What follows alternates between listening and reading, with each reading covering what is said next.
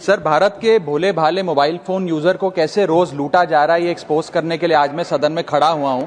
Sir, जब एक user अपना मोबाइल फोन रिचार्ज कराता है तो उसे अपने रिचार्ज प्लान के हिसाब से डेली की डेटा लिमिट मिलती है, 1.5 GB, 2 GB या 3 GB प्रतिदिन।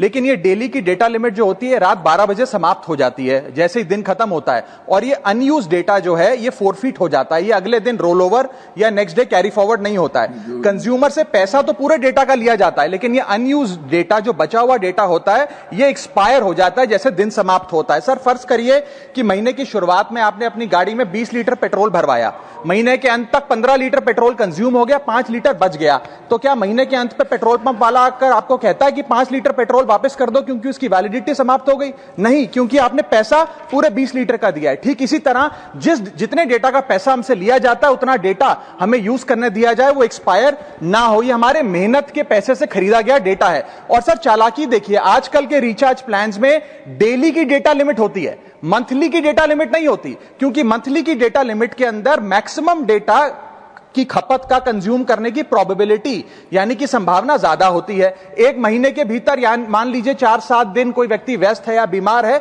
लेकिन बचे हुए दिन में या जब उसकी छुट्टी होती है वो ज्यादा डेटा कंज्यूम कर सकता है। इसीलिए मैक्सिमम डेटा मंथली प्लान में कंज्यूम होता है। इसके चलते आज टेलीकॉम ऑपरेटर डेली की डेटा लिमिट वाला प्लान पुश करते हैं। सर, आज इंटरनेट सिर्फ एक एंटरटेनमेंट या मनोरंजन का सोर्स नहीं है, यह एक प्रकार से हमारे जीवन के लिए एसेंशियल बनता जा रहा है। It is like digital oxygen.